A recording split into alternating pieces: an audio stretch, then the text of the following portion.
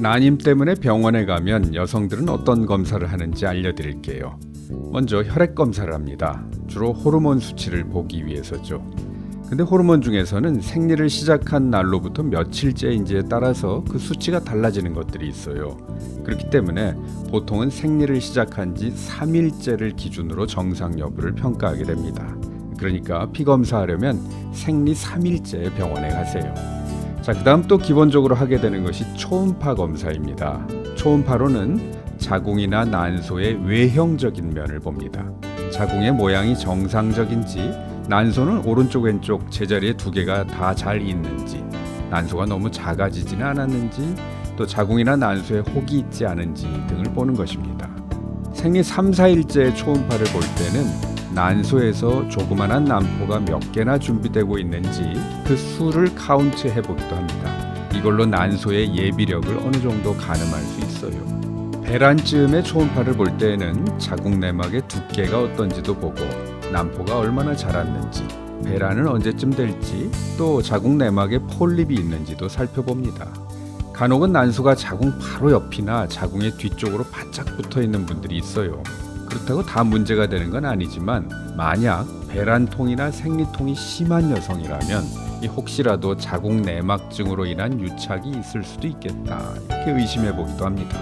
초음파로 자궁 내막증이 발견되는 것은 난소에 자궁 내막증 혹이 생겼을 때뿐인데요. 자궁 내막증은 초음파로는 보이지 않는 곳에 숨어 있기도 해요. 그리고 그게 난소나 나팔관에 유착을 일으켜 임신을 방해하기도 한답니다. 자, 초음파를 보고 나서 자궁은 정상이다라는 얘기를 들었다면 그건 그냥 자궁의 외형적인 형태가 정상이라는 것이지, 자궁의 기능이 다 정상적으로 잘 작동한다는 말은 아니니까 이것도 잘 알아들으셔야 됩니다. 자궁 내막의 수용성이 좋아서 착상도 잘 되겠는지 아닌지, 이런 것은 초음파로 다 알 수가 없거든요.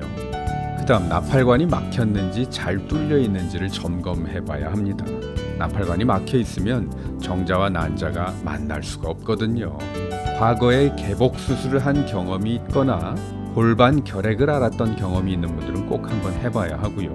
평소에 질염이 잘 생기는 분들은 그 염증이 나팔관까지 퍼져서 나팔관이 막히는 경우도 있으니까 한번 점검해 봐야죠. 검사의 이름은 자궁난관 조영술이라고 합니다. 엑스레이를 실시간으로 보는 거예요. 자궁으로 조영제를 쭉 집어넣으면서 보면 이 조영제가 자궁과 양쪽 나팔관을 통과해서 골반강으로 나가는 것이 보입니다. 만약 그게 보이지 않는 쪽이 있으면 그쪽 나팔관은 막힌 것으로 생각하는 거죠. 그런데 말입니다. 처음에 나팔관 검사를 할 때는 막혔다고 들었는데 나중에 다시 했더니 뚫려 있다는 얘기를 듣는 분들이 간혹 있습니다. 양쪽 나팔관 다 막혀서 시험관 밖에는 방법이 없다고 들었던 분이 자연 임신을 하는 경우가 있다니까요. 이 나팔관이라고 하는 것이 빨대같이 생긴 딱딱한 관이 아니라 꾸물꾸물 움직이는 근육 조직이거든요. 이 검사 받을 때 너무 긴장해서 나팔관까지 꽉 수축되었던 경우는 실제로 막히지 않았음에도 불구하고 나팔관이 꽉 조여진 바람에 조영제가 통과하지 못하기도 합니다. 그래서 막힌 것으로 보였던 거겠죠. 혹시 나팔관 막힌 것을 받아들이기 힘든 분은 나중에 한번 다시 받아보십시오. 자, 근데 이 나팔관 검사는 그저 막혔는지 뚫렸는지만 아는 것이지 나팔관이 잘 움직이는지 아닌지는 또 알 수가 없는 검사예요. 나팔관의 움직임도 되게 중요하거든요. 만약 초음파나 자궁난관 조영술을 통해서 자궁에 폴립, 즉 용종이 있는 것 같거나 자궁 내막이 유착된 것으로 의심된다면 자궁경이라는 검사를 하게 됩니다. 자궁 안으로 내시경을 넣어서 보는 건데요. 조그만한 가위를 달고 들어가면 폴립을 떼내거나 내막을 정리할 수도 있습니다. 이거는 잘 하는 데서 해야 돼요.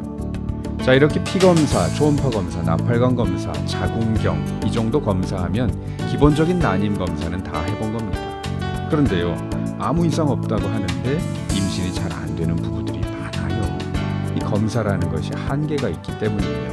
현미경, 초음파, 엑스레이로는 안 보이는 것들이 있거든요. 도대체 임신은 왜 안 되는 걸까? 그럼 이제 뭘 어떻게 해야 하나? 제가 계속 알려드릴게요. 이 세상에는 문제의 개수보다 해결책의 개수가 더 많습니다.